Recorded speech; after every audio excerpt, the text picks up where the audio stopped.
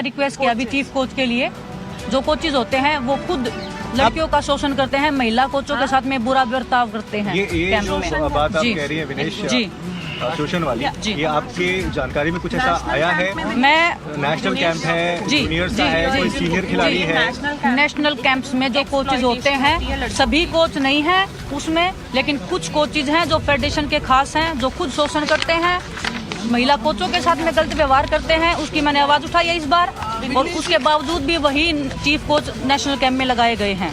अच्छा, हाँ जी, मतलब जी जी जी जी जी। एक आपने कोचेस की बात बोली, दूसरा और जी डिमांड, और वही कोचेज जो कैंप में लड़कियां होती हैं उनके साथ में बातचीत करवाते हैं लड़कियों की, शोषण करवाने के लिए ही।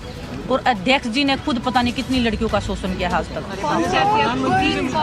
आप खुद कह रहे हैं आप बहुत सारे जो स्पोर्ट्स जर्नलिस्ट हैं उनको पता है, उनके पास कोई प्रूफ नहीं है, कोई बोल नहीं पाता है। बहुत सारे जर्नलिस्ट लोगों ने मैं बोला है जी जी। जो कोचेज होते हैं जो हमारे वुमेन्स कैंप में, उनमें से कुछ कोचेज, सभी नहीं है, महिलाओं के साथ भी और लड़कियों के साथ भी, और वही लड़कियों से बात करवाते हैं और फिर अध्यक्ष जी उनके साथ में शोषण करते हैं। और पता नहीं हजारों लड़की, हजारों तो नहीं बोलूं मैं, 100 लड़कियां, और मैं यहाँ पे जो लोग लड़कियां बैठी हैं उसमें से 1-2 लड़की के साथ भी ये घटना हुई है जी। यहाँ पे जो बैठी हैं जी जी जी, पहले क्यों नहीं आवाज उठाई? जी आप कितने पावरफुल लोग हैं जी भाई, आप कितने पावरफुल लोग हैं? बताया कि आज मैंने बोला है मेरे को नहीं पता कल मेरी लाइफ रहेगी नहीं रहेगी।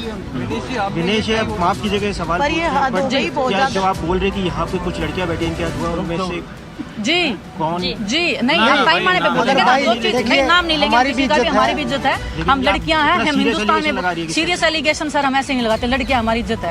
हम देश के लिए, हम देश हमारे को ऊंची नजरों से देखता, हम अपने उनकी नजरों में गिरवाने के नहीं कोर्ट से आएंगे या किसी भी थ्रू आएंगे तो वो चीजें, वो सब चीजें हम बताएंगे। और इतनी कम से कम मैं 10 से 20 लड़कियों के नाम बता सकती हूँ नेशनल कैंप में, जो मैंने आज तक 10 सालों में जो देखा, जिन्होंने अपनी स्टोरी मेरे को बताई है बैठ के सामने कि हमारे साथ ऐसे ऐसे हुआ है, ऐसे ऐसे हुआ। लेकिन वो लड़कियों में इतनी हिम्मत नहीं सामने आने की, क्योंकि फैमिली बैकग्राउंड अच्छा नहीं है, क्योंकि वो इनसे लड़ नहीं सकती, क्योंकि पावरफुल नहीं है।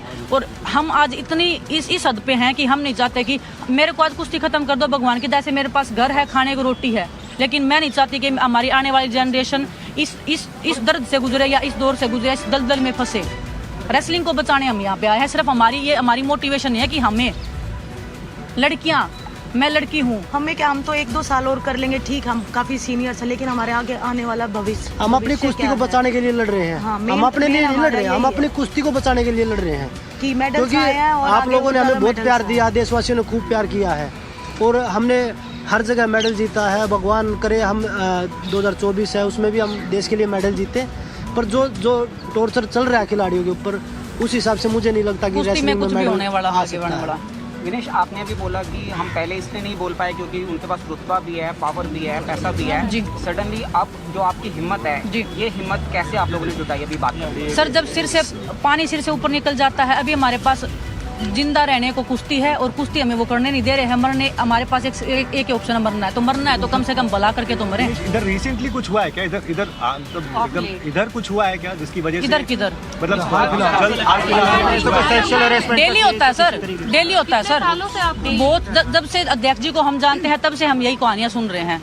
और मैं बता रही हूँ ना, यहाँ बैठी लड़कियों के साथ भी अगर हुआ है तो उनमें से कोई 1-2 तो है ही। हमारा कैंप लखनऊ में होता है, हमने बहुत बार रिक्वेस्ट किया कि सर हमारा लखनऊ में कैंप क्यों लगाया जाता है। हमने प्रधानमंत्री जी से लेके, हमने खेल मंत्री जी से लेके, हमने सबको रिक्वेस्ट करके हमने लेटर भी बना है, वहाँ शोषण इजीली और मोस्टली रेसलर है या यूपी से है या इधर से है, हरियाणा से है, सब अलाउड नहीं है, पेरेंट्स अलाउड नहीं है। हमारी निजी जिंदगी में दखलंदाजी करते हैं कि मैंने किससे शादी कर ली, कौन मेरा बॉयफ्रेंड है, कौन मेरी गर्लफ्रेंड है, बजरंग ने किससे शादी कर ली, अभी शादी क्यों कर रहे हो। मतलब हमारी निजी जिंदगी में भी उनका दखलंदाज इतना है कि हमारी फैमिली तक की उनको खबर रहनी चाहिए कि हमारी फैमिली में भी कौन जी रहा है, कौन मर रहा है। अब कब तक आप लोग प्रोटेस्ट पे हैं आगे? जब तक उनको नहीं हटाया जाएगा बिल्कुल, और हम ये कुश्ती का भविष्य है, ये सुरक्षित हाथों में नहीं जाएगा, तब तक हम यहीं हैं, चाहे हमें मरना पड़ जाए, जीना पड़ जाए। कतई नहीं हुआ, एक भी सामना कर दे तो मैं फांसी पर लटक जाऊँ। हरासमेंट हुआ या नहीं? कतई नहीं हुआ, कतई नहीं हुआ, एक भी सामना कर दे तो मैं फांसी पर लटक जाऊँ।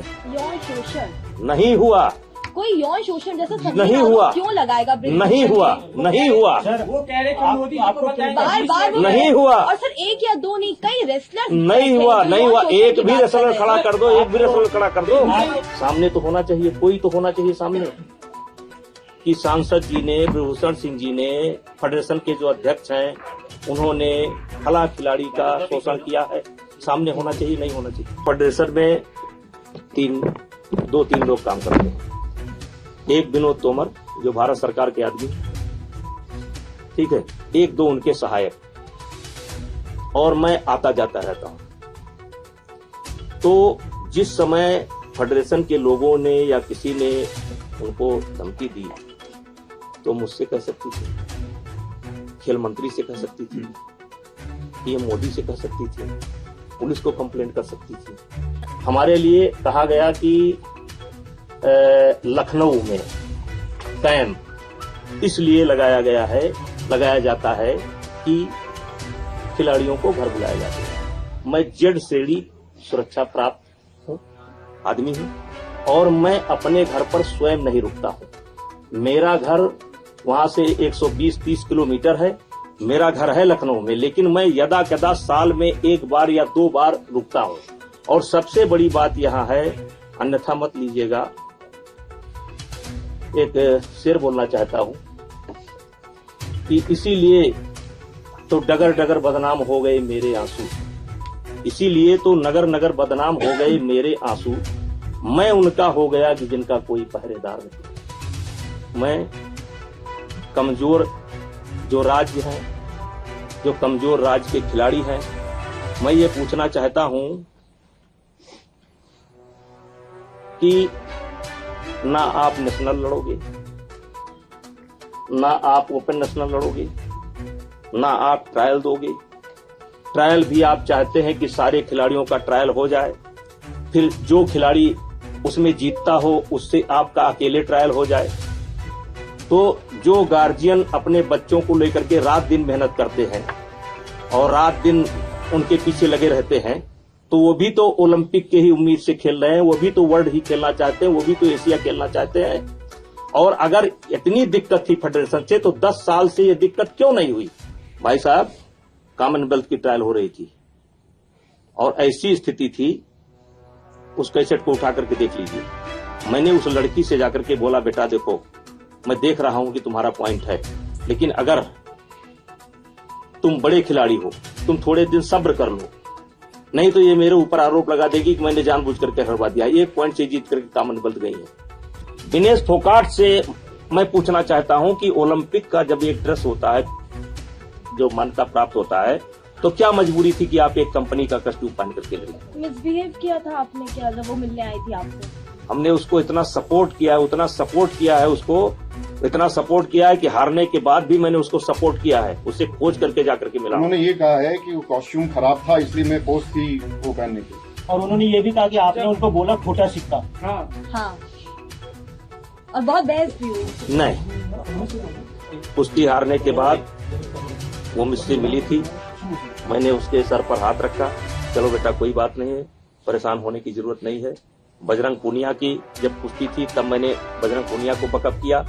मेरा दुर्भाग्य है या सौभाग्य है कि हर खिलाड़ी को मैं पर्सनली मिलकर के बकअप जरूर करता हूं, कुश्ती के पहले भी और कुश्ती के बाद भी। और दिनेश फोगाट को मैंने जब कुश्ती हार गई थी तो इसलिए जाकर के मिला था और उससे मैंने कहा था कि चलो परेशान होने की कोई बात नहीं, नसीब में नहीं हुई। इसी दिनेश फोगाट को जब वहाँ उस ओलंपिक में, वहाँ जिसमें इसका चोट लगी थी, रियो ओलंपिक में, ये रो रही थी और इससे ज्यादा मैं रो रहा था। दुर्भाग्य है मेरा, किसी बहुत बड़े आदमी का हाथ भी है। आपको लगता है साजिश है? हाँ, बहुत बड़ी साजिश है। कौन लोग हैं साजिश के पीछे? कोई उद्योगपति है। सर, कौन है वो बड़ा आदमी? कोई उद्योगपति है।